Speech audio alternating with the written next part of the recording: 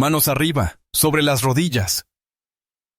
Las palabras, afiladas y venenosas, rasgaron el aire cálido de la tarde. Un contraste brutal con el aroma a barbacoa chisporroteante y las risas de hacía apenas unos instantes. El agente Mark Corbin permaneció allí, con la mano firme y el arma apuntando directamente al corazón de la mujer más hermosa que jamás había visto. La seda roja de su vestido de verano relucía bajo el sol, un vibrante destello de color sobre su piel morena e impecable. Vio su pecho generoso, sus ojos desafiantes, y decidió en ese instante que ella y todo lo que representaba en su barrio debían ser destruidos. Pensó que solo era otro rostro indefenso al que podía intimidar. No tenía ni idea de que no estaba apuntando con su arma a una civil. Él amenazaba a un cazador y ahora se ha convertido en su presa. Antes de presenciar cómo ella desmantela meticulosamente su mundo pieza por pieza. Cuéntanos desde dónde nos ves en los comentarios. Y no olvides suscribirte y darle a me gusta. Porque no querrás perderte ni un segundo de la justicia que se avecina. El sol de la tarde era como una cálida manta dorada que cubría los cuidados jardines de Crestwood Hills. Era un sábado perfecto, de esos que invitan a la tranquilidad suburbana.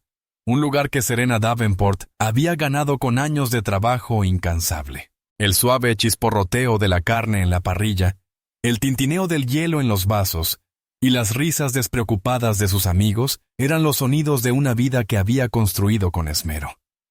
El agua turquesa de su nueva piscina reflejaba un cielo despejado. Por primera vez en meses, desde que cerró el agotador caso que le había permitido adquirir esta casa, sintió cómo la tensión acumulada en sus hombros comenzaba a relajarse. Dio un sorbo lento a su rosado frío, el rojo vibrante de su vestido de seda, una clara declaración de su estado de ánimo. Festivo, seguro, relajado. Había llegado. Ese era el problema. El coche patrulla del agente Mark Corbin avanzaba sigilosamente por la calle, con el lento y depredador deslizamiento de un tiburón al acecho. No respondía a ninguna llamada. No había ninguna llamada. La música del patio trasero de Serena apenas se oía desde la calle, una elegante mezcla de jazz y soul, que distaba mucho de ser una perturbación. Pero Corbin no oyó música. Oyó una invasión. Durante 12 años había patrullado ese barrio. Conocía sus ritmos, sus rostros, sus normas tácitas. Era un mundo tranquilo y ordenado, de cercas blancas y rostros aún más blancos. Un mundo que sentía la profunda obligación de proteger. Entonces, ella se mudó. Había visto los camiones de mudanza hacía un mes. La había visto dirigiendo a los operarios con una autoridad que lo intimidaba. Vio el coche caro, el andar seguro y ahora esto. Una fiesta, una reunión allí mismo. Al aire libre, junto a una piscina en una casa que jamás podría permitirse. Era una afrenta, una mancha en el lienzo impoluto de su mundo. Aparcó el coche, los motores rugieron, apagándose en un silencio opresivo. Su compañero, Dave Henderson, se removió incómodo en el asiento del copiloto. Mark, ¿qué hacemos? No hay ninguna llamada. Solo estiro las piernas, gruñó Corbin, con la mirada fija en el hueco de la valla por donde alcanzaba a ver destellos de color y movimiento. No solo miraba, estaba haciendo inventario, evaluando, juzgando. Su mirada se posó en Serena cuando ella se giró para reír con una amiga. El vestido rojo se ceñía a sus curvas, y su pecho se realzaba con la risa. Era deslumbrante, y él la odiaba por ello. Era una belleza que él veía como agresiva, una seguridad que interpretaba como arrogancia. En su mente, ella no era propietaria de una casa. Era una inquilina. Abrió la puerta del coche de golpe. «Quédate aquí». Henderson suspiró, pero no replicó. Conocía esa mirada de Corbin. Era la mirada que ponía justo antes de decidir quebrar a alguien. Serena sintió el cambio en el ambiente antes de verlo. Era una habilidad perfeccionada durante una década en el FBI. La capacidad de percibir una amenaza antes de que se materializara. Las risas a su alrededor se apagaron, y la mirada de su amiga se desvió hacia la puerta. Se giró, y su sonrisa se desvaneció al ver al oficial uniformado entrar en su patio con aire de superioridad. Tenía la mano apoyada en la culata de su Glock enfundada, una postura informal que distaba mucho de serlo. ¿Puedo ayudarle, oficial?, preguntó Serena con voz tranquila, sin rastro de calidez, reemplazada por un tono frío y profesional. Los ojos de Corbin la recorrieron de arriba abajo, una mirada lenta e insolente que se detuvo en su pecho antes de encontrarse con los de ella. Hemos recibido una queja por ruido. Era mentira, y ambos lo sabían. La música era apenas un susurro. ¿Una queja? Serena miró su pequeño altavoz portátil. Te aseguro que el volumen está bastante bajo, pero si te molesta, puedo apagarlo sin problema. Ella intentaba calmar la situación, ofreciendo una solución pacífica. Era lo último que él quería. Ya lo veré, dijo con voz ronca. Dio otro paso adelante, invadiendo su espacio personal. Su presencia era una asfixiante atmósfera de agresividad. ¿Sabes? La gente de por aquí valora mucho la paz y la tranquilidad. La implicación era clara. Ustedes no son de aquí. Serena apretó la mandíbula. Y valoro mi privacidad. Están en mi propiedad sin una orden judicial. Oficial, eso lo había desatado. El desafío a su autoridad. La sonrisa burlona que se dibujaba en sus labios se desvaneció, reemplazada por una máscara de furia gélida. «Vaya bocazas que tienes», vio a sus amigas observándolo, con rostros que reflejaban una mezcla de miedo e incredulidad. Vio cómo Serena se mantenía firme, con la barbilla en alto y la mirada fija. No se estaba acobardando. No debía hacerlo. Decidió darle una lección. Creo que necesito ver tu identificación. Asegúrate de que perteneces aquí. No tienes por qué pedirme la identificación, dijo ella. Su voz era peligrosamente baja. Tengo todas las causas que necesito, gruñó, y su mano se movió. Fue un movimiento fugaz. En un segundo su Glock estaba enfundada, al siguiente la tenía en la mano, apuntando al centro de su torso. El clic del seguro al desactivarse resonó con un estruendo antinatural en el repentino silencio. Un murmullo de asombro recorrió a sus amigos. Fue entonces cuando gritó: «¡Manos arriba! ¡De rodillas!». El tiempo pareció ralentizarse. En esa fracción de segundo, el entrenamiento de Serena se impuso. Analizó su postura. Demasiado abierta, desequilibrada. Su agarre, un puño de rabia, no el de un tirador experto. Sus ojos desorbitados, las pupilas dilatadas por un ansia de dominio. Era un matón con placa. Un hombre embriagado por un poder que no se había ganado. Ella podía desarmarlo en 3 movimientos. Tenerlo en el suelo y doblegado antes de que Henderson siquiera pudiera salir del coche. Pero se contuvo ante el mundo. Ella era solo una mujer con un vestido rojo, y él era la ley. ¿Ganar la pelea? Ahora significaría perder la guerra. Con un movimiento lento y deliberado que le costó hasta la última gota de autocontrol, alzó las manos. Pero no se arrodilló. No iba a permitirle eso. Simplemente se quedó allí, sosteniendo su mirada llena de odio con una calma inquietante. Era la calma de un depredador que acaba de identificar a su presa. Corbin sintió un atisbo de inquietud, confusión, pero lo reprimió, confundiendo su quietud con su misión. Había ganado. Dio unas cuantas órdenes más, disfrutó del terror en los rostros de sus amigas, y con una última mueca de suficiencia, enfundó su arma y se dio la vuelta, alejándose con la misma arrogancia con la que había llegado. Dejó tras de sí un grupo destrozado y un silencio cargado de humillación y miedo. No tenía ni idea de que también había dejado tras de sí una declaración de guerra. El olor estéril y aséptico de la comisaría fue un duro golpe para los sentidos tras el aire fresco de su jardín. Era un lugar diseñado para despojar a la gente de su individualidad, para convertirla en números de caso e informes. Serena cruzó las puertas dobles. El vestido de seda roja ya no le parecía un símbolo de celebración. sino más bien un estandarte de batalla. La mirada que recibió fue inmediata y uniforme. Era la misma que los policías dirigían a los civiles que se atrevían a cruzar el umbral de su mundo. Una mezcla de sospecha y hastío. Pero bajo esa mirada había algo más, una corriente de evaluación inconfundiblemente masculina, inconfundiblemente depredadora. Ella lo ignoró, con la concentración agudizada como un láser. El sargento de guardia, un hombre cuya barriga se marcaba contra los botones de su uniforme, levantó la vista de su revista con expresión de profunda irritación. ¿En qué puedo ayudarle? Necesito presentar una queja formal contra un agente, dijo Serena con voz firme y sin emoción alguna. No les daría la satisfacción de verla histérica o enfadada. Sería profesional, objetiva e implacable.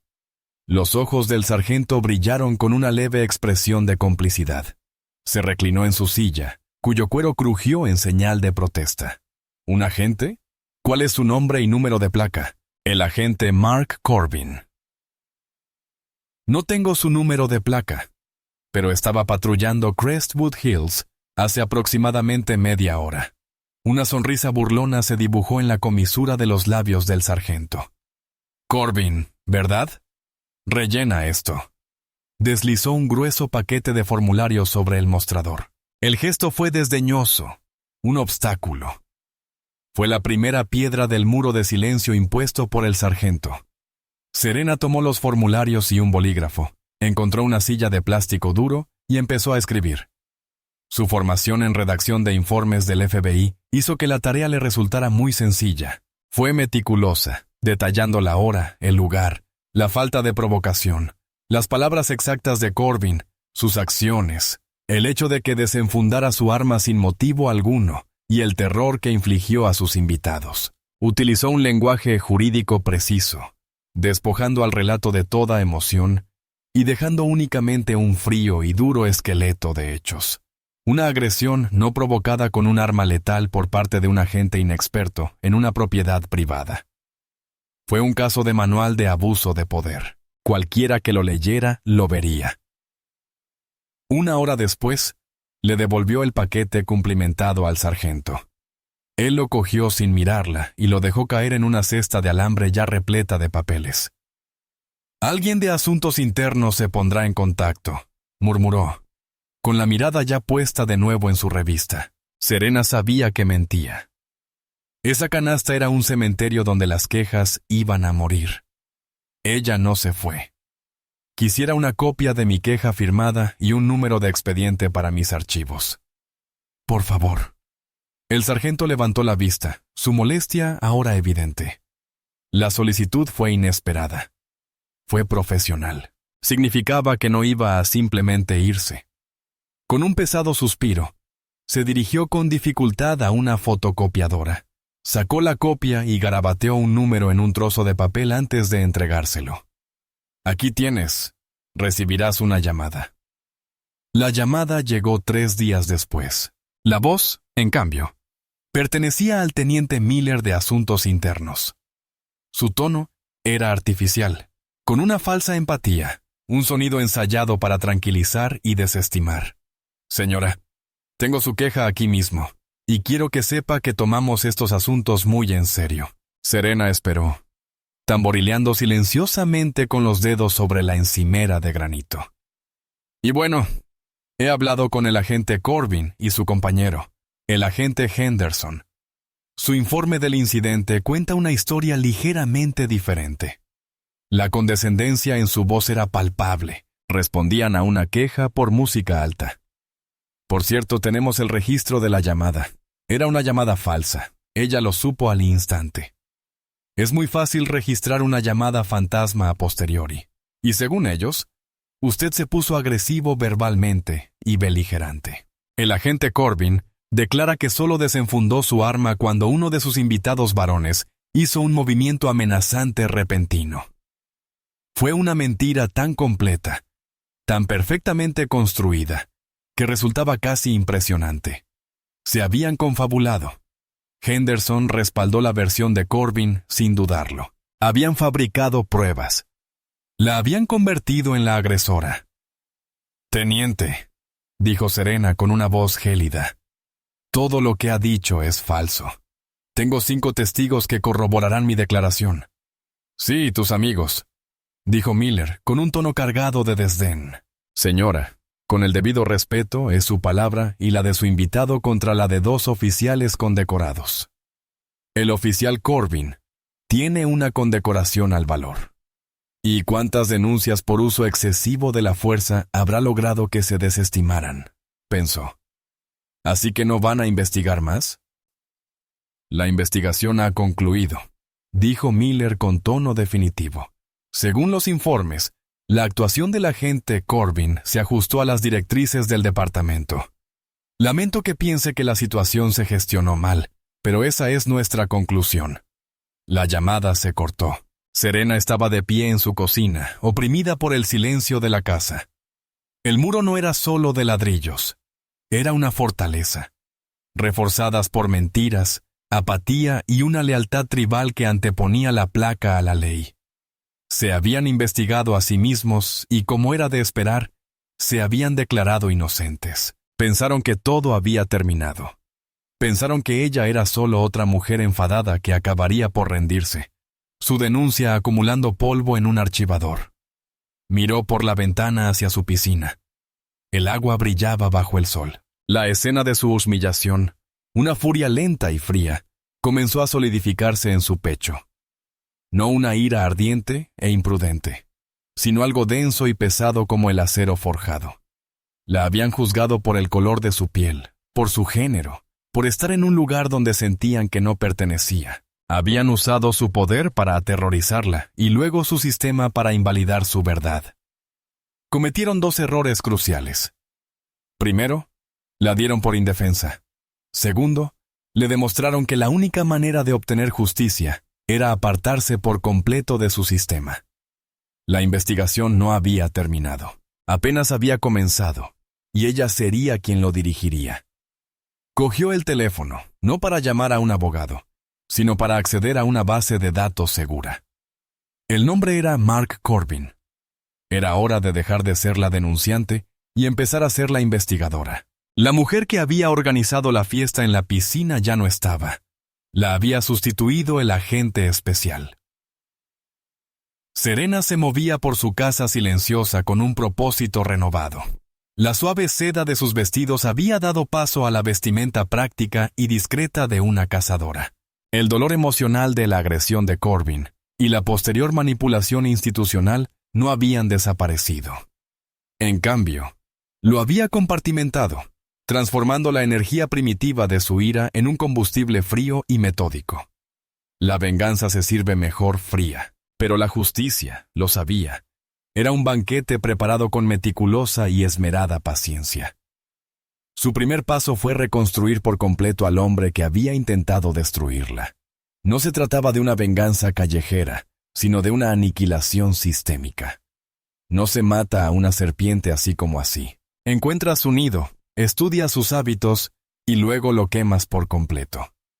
Usando canales encriptados y accesos secretos que había cultivado durante años en la agencia, Serena comenzó a desentrañar la vida de Mark Corbin. No fue difícil. Hombres como Corbin eran criaturas de costumbres y ego, y dejaban un rastro extenso y desordenado. Los registros oficiales fueron la parte fácil. Un expediente militar que mostraba una condecoración por un tiroteo años atrás, un incidente que siempre había estado rodeado de rumores de un tiroteo descontrolado. Pero lo más importante fue que descubrió lo que el teniente Miller había omitido. 7 denuncias previas por uso excesivo de la fuerza, todas desestimadas. Un patrón. Pero los archivos oficiales eran solo el esqueleto. Necesitaba la carne, las debilidades. Se adentró en las zonas grises de la recopilación de información. Creó un perfil falso en una red social local y encontró a la esposa de Corbin, Brenda. El perfil de Brenda era un retrato de la desesperada perfección suburbana. Publicaciones sobre el club de jardinería, los nuevos muebles de patio y los partidos de béisbol de su hijo Kevin.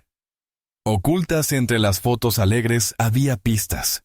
Una foto de Mark en un bar llamado El Abrevadero, un lugar frecuentado por policías en una noche en la que se suponía que debía estar de turno doble. Comentarios de amigos que aludían a su mal genio. Una foto de una fiesta vecinal donde se le veía visiblemente ebrio. Su brazo rodeaba a una mujer que no era su esposa. Luego vino el tema de las finanzas. Unas pocas tecleos en una base de datos crediticia restringida revelaron a un hombre que vivía muy por encima de sus posibilidades. Una hipoteca sobre una casa que no podía pagar, 2 cuotas de coche y una enorme deuda de tarjetas de crédito. Las cifras delataban a un hombre bajo presión, un hombre propenso a tomar atajos, o peor aún, a cometer errores por apuros económicos. Se volvieron predecibles. Después llegó la vigilancia física. Durante 3 días, Serena desapareció.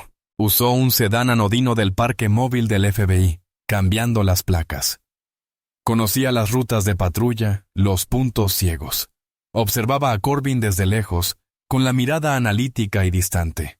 Lo vio detener a un joven latino por una luz trasera rota que, en realidad, no estaba rota. Su lenguaje corporal denotaba la misma agresividad y dominio que le había mostrado a ella. Lo vio pasar 2 horas de su turno estacionado detrás de un almacén abandonado, durmiendo o bebiendo.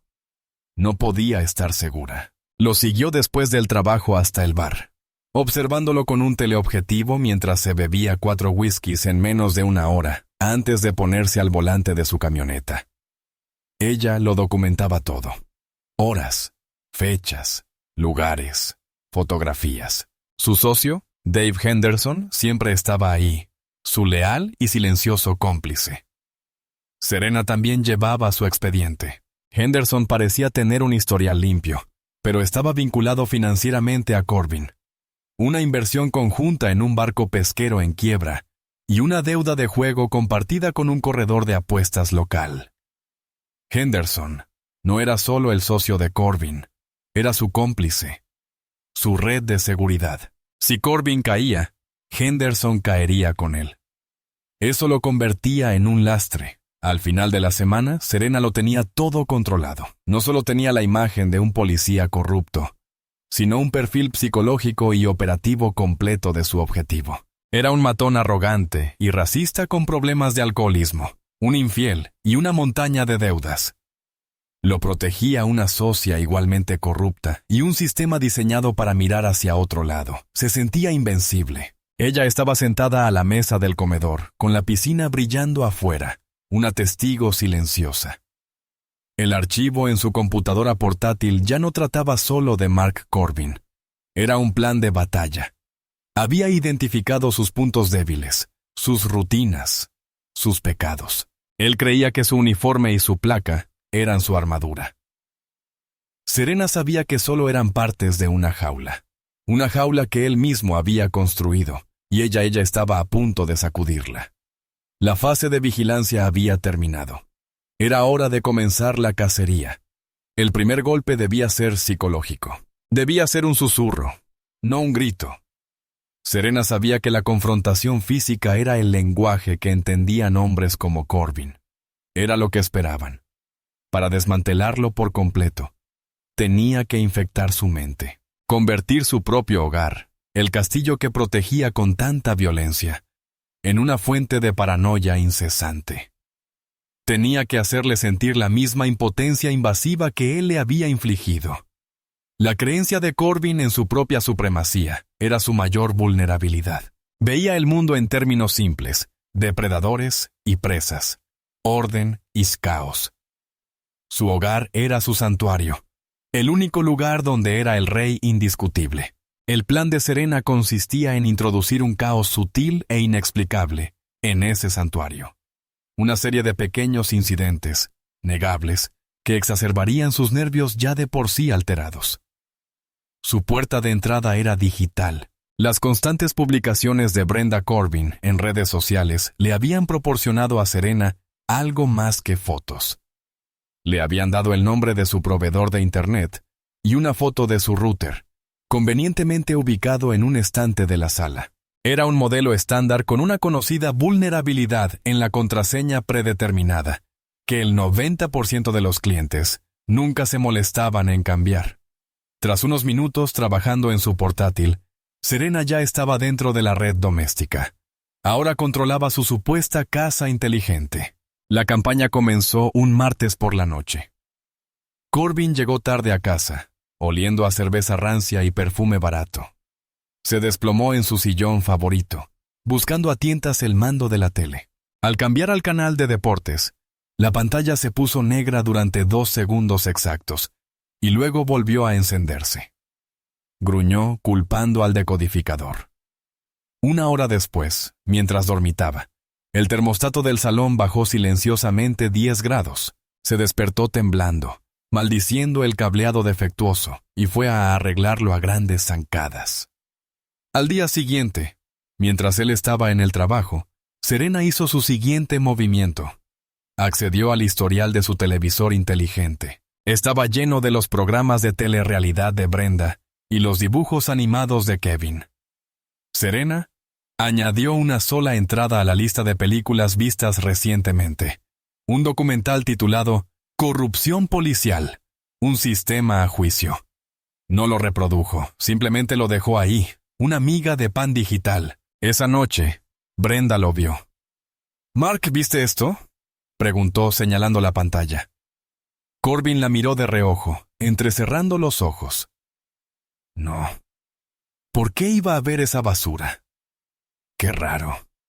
Es parte de nuestra historia. Brenda se encogió de hombros y siguió adelante, pero Corbin no.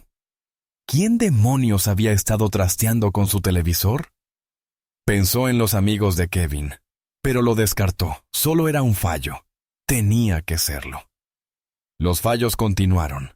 El altavoz inteligente de la cocina reproducía aleatoriamente un suave sonido de notificación de un dispositivo conectado.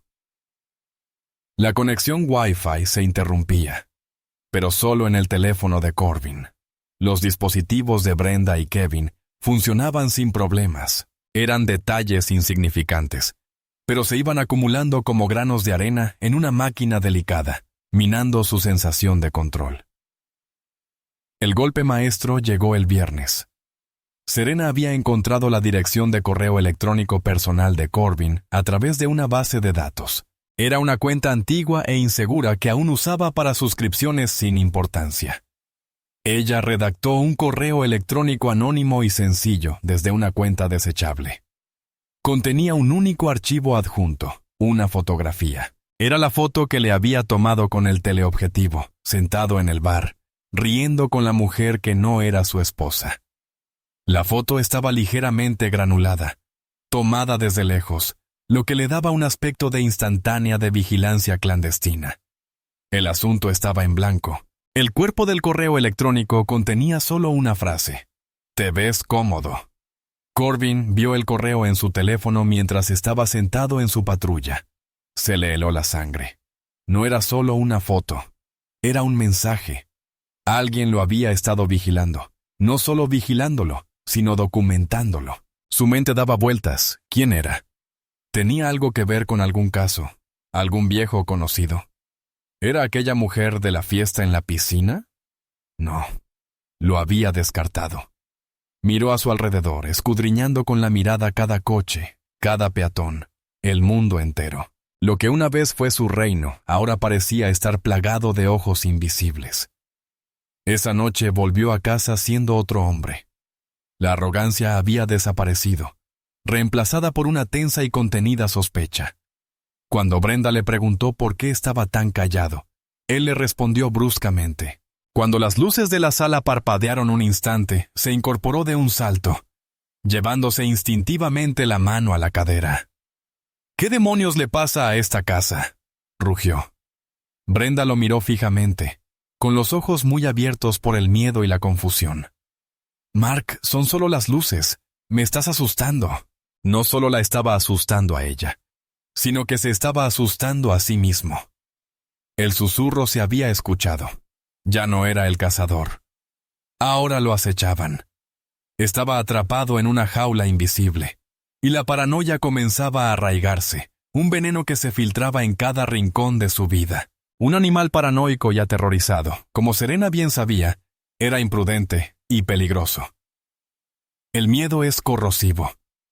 Para un hombre como Mark Corbin, cuya identidad se había cimentado en la intimidación y el control, la pérdida de ese control era intolerable. La campaña psicológica de Serena había sido brutalmente efectiva. Los inexplicables fallos en su casa, la fotografía anónima, la sensación de estar constantemente vigilado. Todo contribuyó a erosionar los cimientos de su arrogancia. Era un depredador que, de repente, se sentía como una presa, y su respuesta no fue la cautela, sino un arrebato desesperado y violento. Necesitaba reafirmar su dominio para recordarle al mundo, y a sí mismo, que él era quien mandaba. Sus patrullas se convirtieron en ejercicios de agresión. Cada control de tráfico era una confrontación potencial, cada civil, una amenaza potencial. Era un polvorín a punto de estallar, y su compañero Henderson solo pudo observar con creciente inquietud cómo la paranoia de Corbin se disparaba. La chispa surgió de la mano de un estudiante universitario de 22 años llamado Jamal Winters. El delito de Jamal fue conducir un Honda Civic algo anticuado, pero bien mantenido. Un coche que Corbin consideraba fuera de lugar en los barrios acomodados de su ruta de patrulla. El segundo crimen era que Jamal fuera negro. Corbin vio la seguridad del joven, su postura relajada al volante, y fue como ver un reflejo del desafío que había visto en los ojos de Serena. Encendió las luces. Jamal se detuvo de inmediato. Confundido, no iba a exceso de velocidad. Llevaba la música a bajo volumen. Vio al oficial acercándose por el retrovisor. El rostro del hombre era una máscara tensa y sombría de ira. «Licencia y registro», espetó Corbin, sin siquiera molestarse en fingir cortesía. Jamal obedeció y entregó sus documentos. «Oficial, ¿hice algo mal?»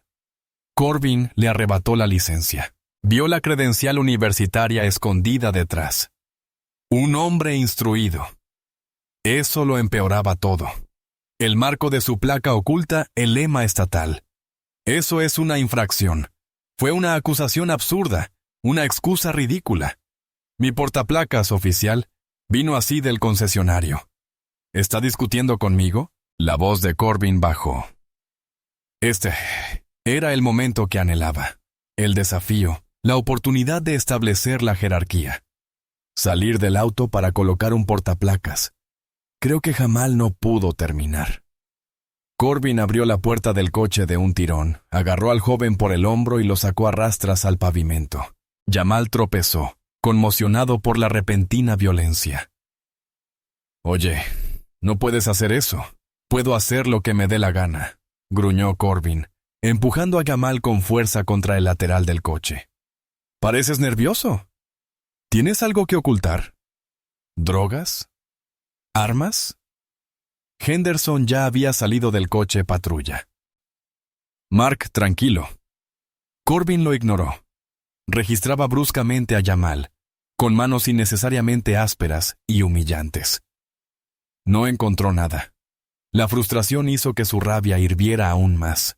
Estaba perdiendo el control, incluso allí. Empujó a Jamal de nuevo. «Te crees muy listo, ¿eh? ¿Conduciendo por aquí? ¿Te crees el dueño del lugar?» Todo el incidente estaba siendo grabado, no solo por la cámara corporal de Corbin, que más tarde alegaría que falló en los momentos cruciales, sino también por la cámara del salpicadero, y desde la distancia, aparcada en una calle transversal a una manzana de distancia. Estaba siendo filmado por Serena. Lo había previsto. Había analizado los datos de patrulla de Corbin y notado su tendencia a centrarse en conductores de minorías en lugares específicos. Había pasado 2 días vigilando esa intersección, esperando. No le sorprendió. Simplemente estaba documentando. El teleobjetivo de su cámara capturó cada detalle. La agresión injustificada de Corbin. La obediencia aterrada de Jamal. Los débiles intentos de Henderson por intervenir. Y su fracaso final al no poder detener a su compañero Corbin, sin encontrar contrabando, llevaron a esposar a Jamal. Aún así, lo metió en la patrulla, acusándolo de resistencia a la autoridad y alteración del orden público. Cargos que jamás prosperarían, pero que someterían al joven a una terrible y costosa odisea legal. Al cerrar la puerta de golpe, Corbin sintió una fugaz satisfacción. Había puesto a alguien en su sitio. Había recuperado un poco de control. Se equivocaba. Al alejarse, dejando a un joven traumatizado en el asiento trasero, sin saberlo, se adentraba aún más en la trampa de Serena. Creía que era él quien realizaba los arrestos, quien redactaba los informes. No tenía ni idea de que era objeto de una investigación mucho más seria. Serena bajó la cámara con expresión sombría. Esto superaba con creces sus expectativas. Corbin no era solo un matón. Era un peligro que con cada paso creaba nuevas pruebas. Se debatía en la red, apretándola con más fuerza. Ella tenía las imágenes de su agresión a Jamal Winters. Conocía su patrón de comportamiento. Ahora solo necesitaba el gancho perfecto para atraparlo de una forma de la que ni siquiera el muro de silencio azul pudiera protegerlo. La pieza final del rompecabezas tenía que ser perfecta. Serena no podía simplemente pillar a Corbin en una mentira. Tenía que lograr que cometiera un crimen tan flagrante, tan innegable, que resultaría indefendible incluso para sus más fervientes defensores. Necesitaba capturar su furia con toda claridad, sin provocación alguna y en un contexto que lo convirtiera en el agresor indiscutible. Necesitaba ponerle como cebo algo irresistible, a ella misma. Su plan era una obra de teatro meticulosamente elaborada, diseñada para explotar todos los prejuicios e inseguridades de Corbin. El coprotagonista sería el agente especial David Chen, un antiguo colega de Quantico. Chen era inteligente, de imponente presencia física y, crucialmente, de ascendencia asiática.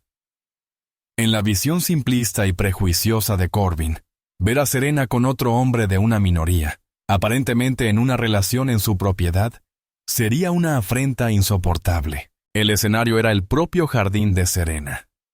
La hora fijada era un jueves a media tarde, un día en que, según su vigilancia, sabía que Corbin patrullaba solo. Los elementos eran sencillos: 2 sillas de jardín, una nevera portátil y un altavoz portátil con música suave. El guión era aún más simple. Ella y Chen escenificarían una discusión acalorada, pero no violenta. Sería la típica pelea de pareja, con gestos dramáticos y voces elevadas, lo suficiente para que un vecino llamara para denunciar la alteración del orden público. Serena llamó ella misma, usando un teléfono desechable y un modulador de voz para reportar una acalorada discusión en su domicilio. Sabía que probablemente enviarían la patrulla más cercana, y Corbin estaba a solo 5 cuadras. Tenían menos de 3 minutos. Chen y Serena tomaron posiciones. Serena había colocado 3 microcámaras, una oculta en una casita para pájaros que colgaba de un árbol, otra en un gnomo decorativo de jardín y una tercera camuflada como un aspersor. Estas cámaras proporcionaban 3 ángulos distintos, grabando todas en 4K con un audio nítido. La patrulla de Corbin llegó, no con la cautela de un agente que responde a una disputa doméstica, sino con la velocidad desmedida de un hombre que acaba de ganar la lotería. Vio a Serena.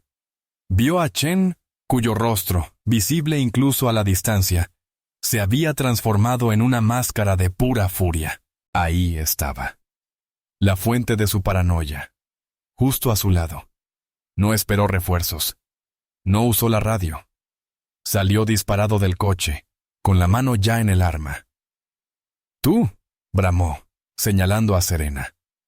Serena y Chen interrumpieron su fingida discusión y se giraron hacia él con sorpresa ensayada. «Agente, ¿hay algún problema?», preguntó Serena con un tono de indignada inocencia. «Aquí la que pregunta soy yo». Corbin gruñó, entrando a grandes zancadas en el césped.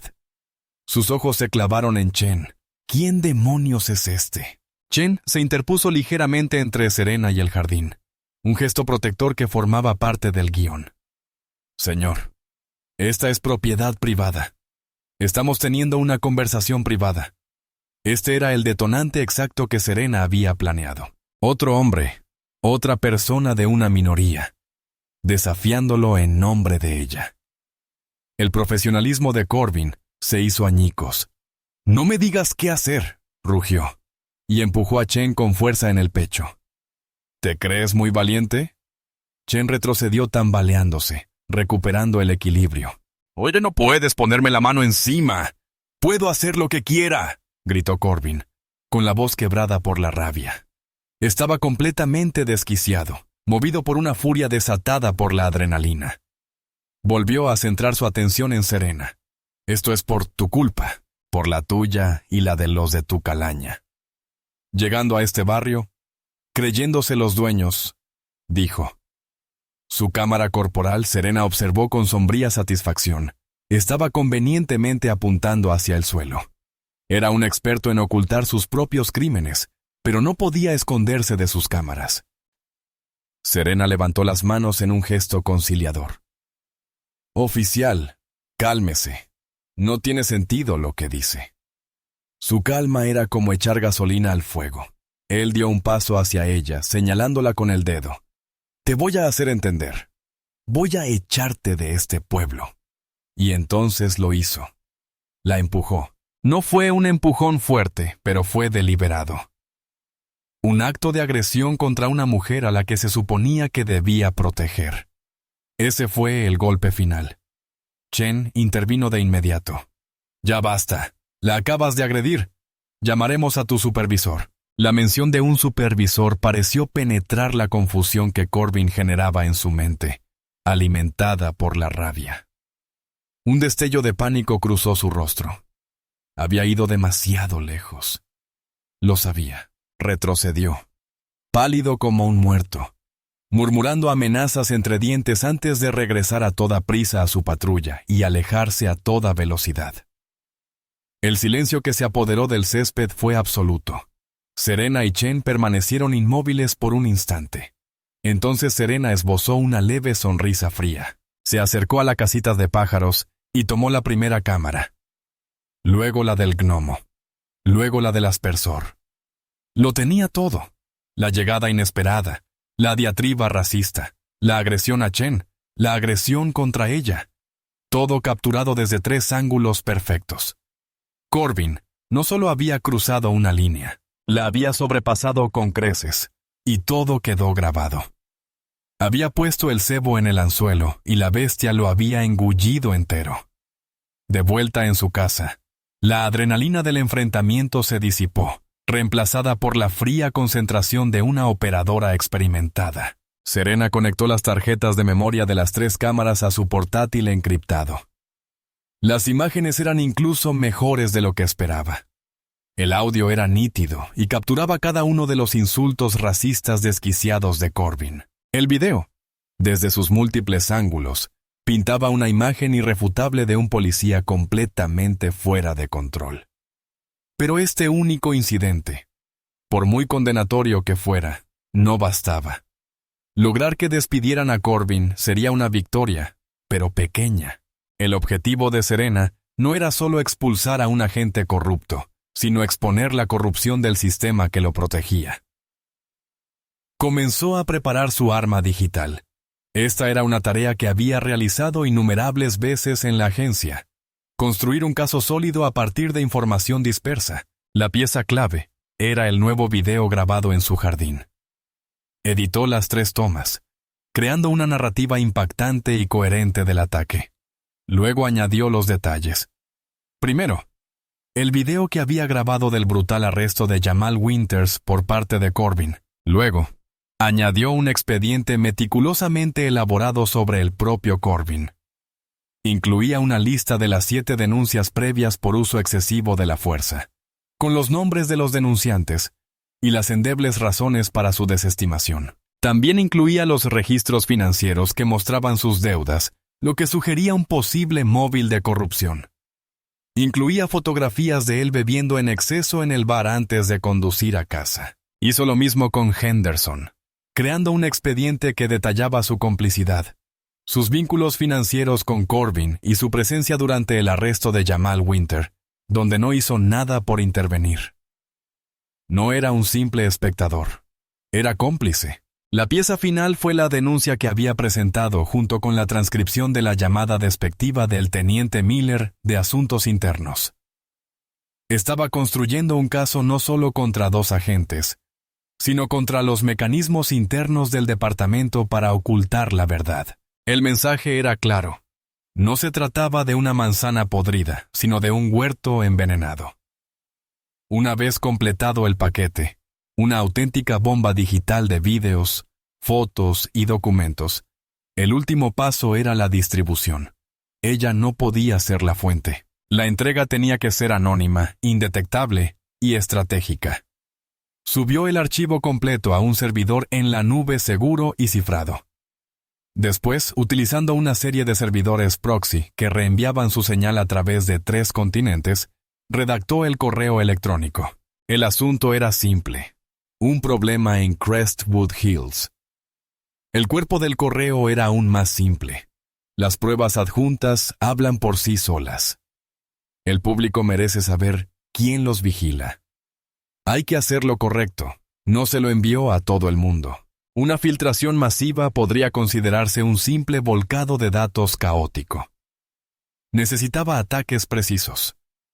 Su lista de destinatarios era breve pero contundente.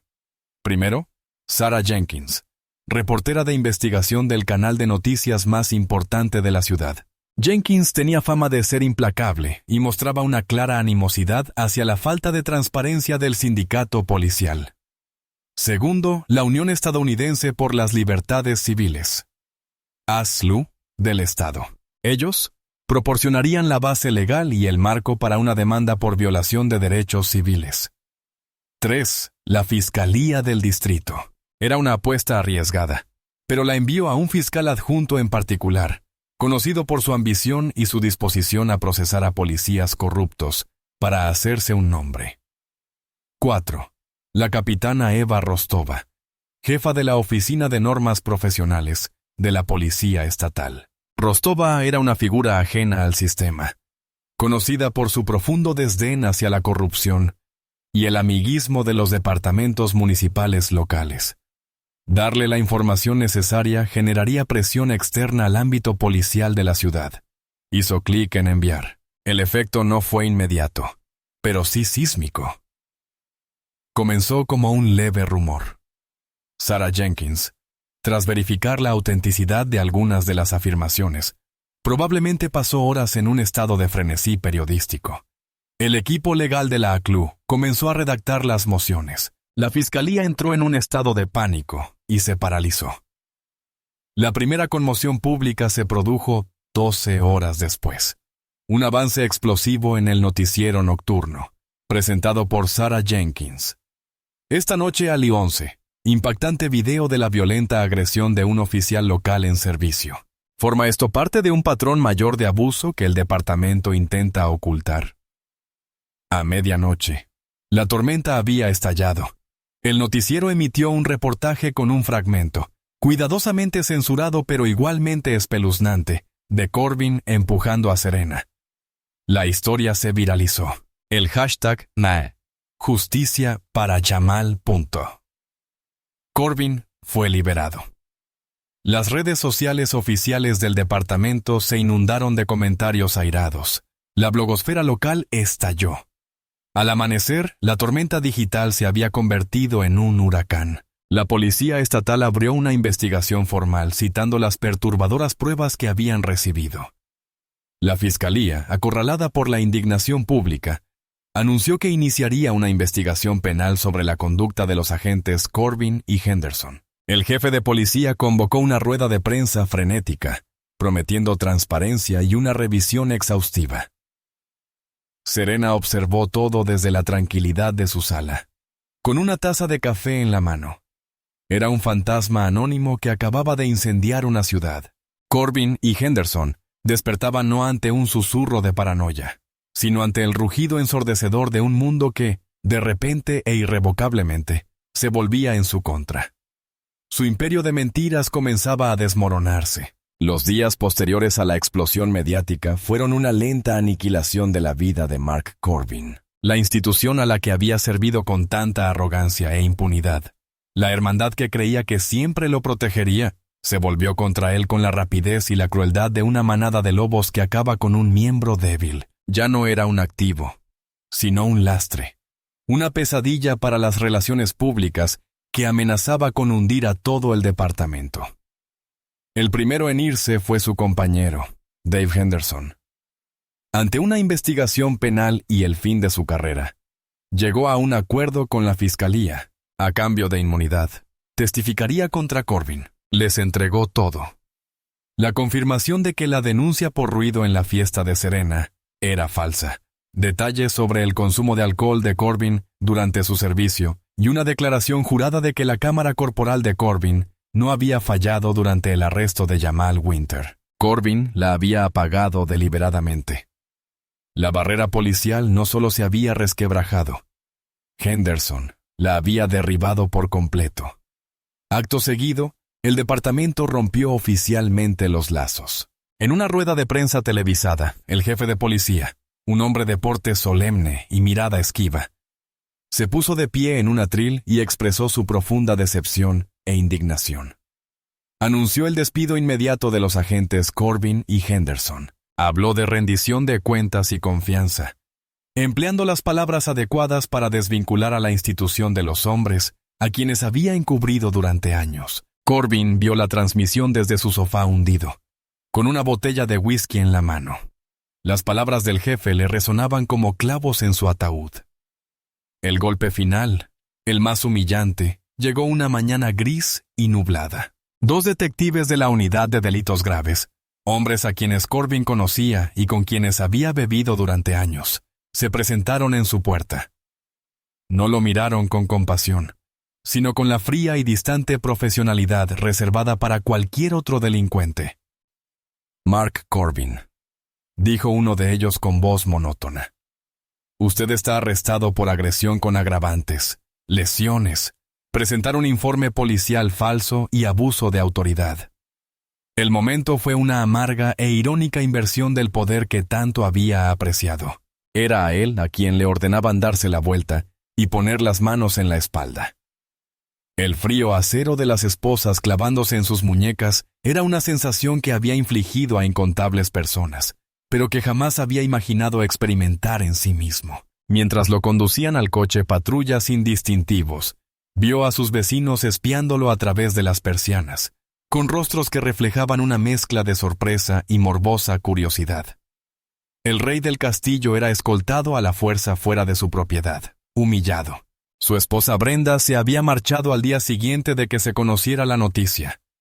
Empacó 2 maletas, se llevó a su hijo y se fue a casa de su hermana. El correo electrónico anónimo con la foto había sido la gota que colmó el vaso en un matrimonio que ya se desmoronaba bajo el peso de su ira y sus engaños. El imperio que había construido en casa era tan vacío como el que había construido en las calles. El proceso de fichaje fue una pesadilla surrealista, con luces fluorescentes y olor a desinfectante. Le tomaron las huellas dactilares, le fotografiaron y le cambiaron el uniforme y la placa por un mono grisáceo y mal ajustado. Los agentes que lo atendían evitaban mirarlo a los ojos. Su silencio era una condena en sí mismo. Ya no era uno de ellos. Era solo otro desecho humano que ingresaba en la máquina. Lo metieron en una celda de detención. La pesada puerta de acero se cerró de golpe, con un sonido de absoluta irrevocabilidad. Se sentó en el frío y duro banco. El mismo tipo de banco donde había visto a tantos hombres arrestados, sentarse desesperados. El silencio era absoluto, interrumpido solo por los sonidos lejanos de la comisaría. Un teléfono que sonaba, una carcajada. Por primera vez, estaba al otro lado de las rejas. Despojado de su arma, su placa, su autoridad. No era nada. Pensó en ella entonces, en la mujer del vestido rojo. Vio sus ojos tranquilos y desafiantes. Todo era por su culpa. En su mente, ella era una bruja, un demonio que había conjurado esta tormenta de la nada para destruirlo. No podía comprender que él mismo era el artífice de su propia destrucción. No podía ver que ella no había creado la corrupción. Simplemente había encendido la luz para que todos la vieran. Allí estaba, en la oscuridad, consumido por una rabia impotente. Un hombre que había volado demasiado cerca del sol y había quedado reducido a cenizas, completamente ajeno a que la mujer a la que culpaba estaba a punto de asestarle el golpe final. La sala del tribunal era un escenario de expectación contenida. Todos los asientos estaban ocupados. Periodistas, activistas, antiguas víctimas de los abusos de Corbin y ciudadanos curiosos habían acudido para presenciar el acto final de un drama que había cautivado a la ciudad. En la mesa del acusado, Mark Corbin estaba sentado junto a su abogado de oficio. Era una sombra de lo que había sido. Su arrogancia había desaparecido, reemplazada por el miedo. El traje le quedaba holgado sobre una figura que había perdido peso, y sus ojos, que antes escudriñaban su reino con arrogante autoridad, ahora estaban fijos en la madera pulida de la mesa frente a él. Entonces, la fiscalía llamó a su testigo estrella. El fiscal llamó a Serena Davenport al estrado. Un murmullo recorrió la galería mientras Serena caminaba hacia el estrado. Se movía con una gracia tranquila y deliberada. No llevaba un vestido de seda rojo. Hoy vestía un sencillo traje pantalón azul marino de impecable corte. Era la armadura de una profesional. Un atuendo que proyectaba una discreta competencia y una credibilidad inquebrantable. Prestó juramento con voz clara y firme, y se sentó, con la mirada fija en la fiscal, ignorando deliberadamente al hombre cuya vida estaba a punto de destrozar formalmente. La fiscal, una mujer aguda e inteligente llamada María Flores, comenzó. «Señorita Davenport, ¿podría decirle al tribunal a qué se dedica?» «Soy agente especial del Buró Federal de Investigación, FBI». Un murmullo de asombro recorrió la sala. Corbin levantó la cabeza de golpe, con el rostro desencajado por la incredulidad. Una agente del FBI todo el tiempo. Había sido una agente del FBI. La comprensión lo golpeó como un puñetazo. Todo cobró sentido. Su calma, su precisión, su negativa a dejarse intimidar. No había sido arrogancia, había sido entrenamiento. No había estado acosando a una civil. Había estado amenazando a un agente federal. No solo estaba arruinado, sino que además era un idiota. Flores le contó a Serena lo sucedido en la fiesta. Sus preguntas le permitieron a Serena describir con claridad y objetividad la agresión injustificada de Corbin. ¿Y qué hizo usted cuando sacó su arma reglamentaria y la apuntó a su pecho, agente Davenport?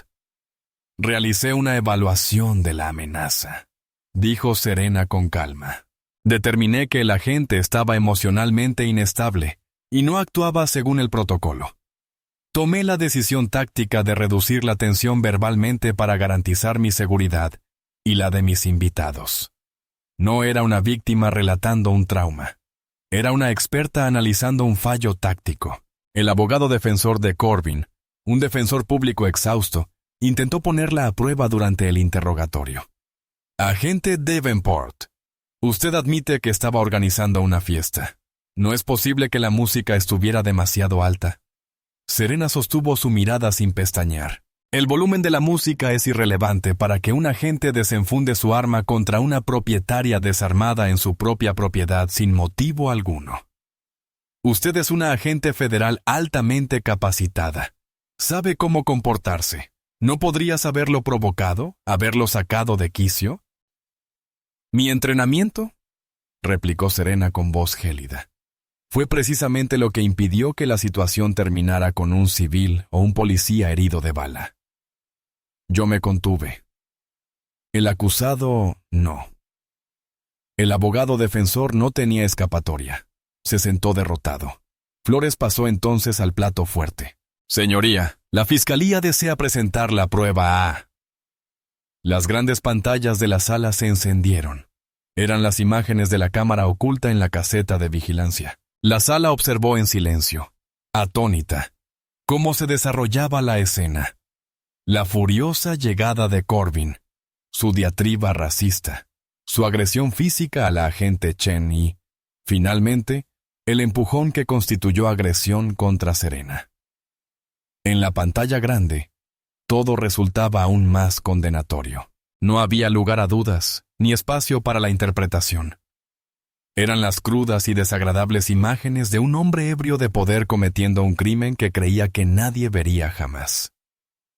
Mientras el video se reproducía, Corbin se hundía más en su silla, con el rostro pálido como la ceniza. A continuación, se mostraron las imágenes del gnomo de jardín y del aspersor, cada ángulo sellando su destino con mayor contundencia. Cuando se encendieron las luces, el silencio en la sala estaba cargado de reprobación. Flores tenía una última pregunta. Se plantó frente al jurado, pero su voz resonó en toda la sala. Agente Davenport, durante todo este calvario, desde el momento en que el oficial Corbin entró en su propiedad hasta este preciso instante en el tribunal, ¿qué es lo que ha estado buscando? Serena finalmente se permitió mirar a Mark Corbin. Vio la ruina de un hombre despojado de su poder, su familia, su libertad. Ahora no era más que un patético criminal a la espera de juicio. Dirigió la mirada al jurado. Su voz era suave, pero resonó en toda la sala. Responsabilidad. La palabra flotaba en el aire, simple y devastadora. No había nada más que decir. No había buscado venganza. Había buscado restablecer el equilibrio. Y ahora estaba a punto de restablecerse.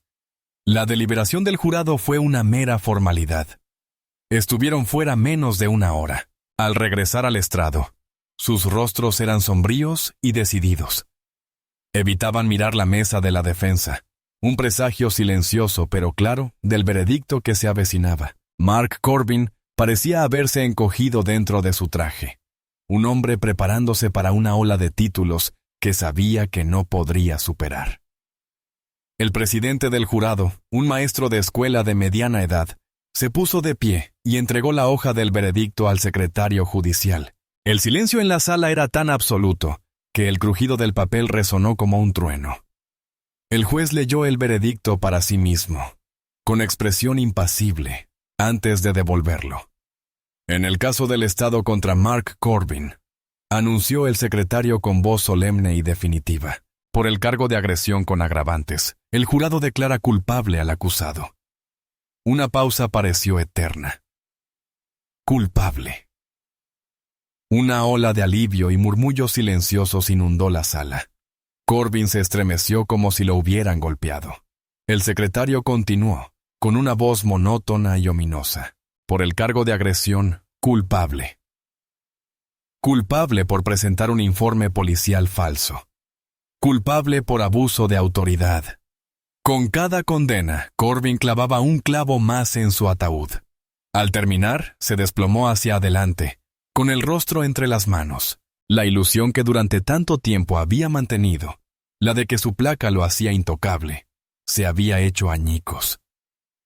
El juez, conocido por su severidad e intolerancia ante la mala conducta policial, se aclaró la garganta. Se quitó las gafas y miró al hombre derrotado en la mesa del acusado. «Señor Corbin, por favor, levántese». Corbin se puso de pie con dificultad, con movimientos lentos y temblorosos, ayudado por su abogado. «Durante años», comenzó el juez con voz baja, pero cargada de autoridad, «usted vestía un uniforme que representa una confianza sagrada entre las fuerzas del orden y la comunidad a la que sirven. Le dieron un arma y una placa, símbolos de protección y justicia, y los usó como herramientas de intimidación, intolerancia y violencia. Usted no era un agente de la paz. Usted fue un depredador que se valió de su autoridad para aterrorizar a los ciudadanos a quienes juró proteger». El juez hizo una pausa, dejando que sus palabras calaran hondo. Sus acciones, como hemos visto con detalles irrefutables, no fueron un simple error de juicio. Fueron la culminación de un patrón de abuso que este departamento, para su vergüenza, permitió que se agravara. Eres una vergüenza para el uniforme que una vez vestiste y para los buenos oficiales que lo portan con honor. Miró fijamente a Corbin, con la mirada fría y dura como el granito. Hay que dejar claro que tal comportamiento no se tolerará. Que no hay muro policial lo suficientemente alto como para proteger a los criminales que se esconden tras una placa. Por lo tanto, por estos delitos, lo condeno a usted, Mark Corbin, a 10 años de prisión estatal. Un murmullo de asombro recorrió la sala. Era una sentencia mucho más severa de lo que nadie esperaba. 10 años para Corbin, Un hombre de 40 años era una condena perpetua. Se le doblaron las rodillas y su abogado tuvo que sostenerlo. El sonido que escapó de sus labios no fue un grito de indignación, sino un sollozo desgarrador y desesperado. Baleif se acercó y lo esposó por última vez. Mientras se lo llevaban, miró hacia la galería con los ojos desorbitados y escrutadores. Su mirada se posó en Serena. Por un instante, sus miradas se cruzaron. Él esperaba ver triunfo en sus ojos, una victoria triunfante, pero no vio nada de eso. Su expresión era tranquila, serena, casi impasible. Era la mirada distante de un agente que cierra un expediente tras una misión concluida con éxito. Aquello, más que la sentencia en sí, fue su derrota final y aplastante.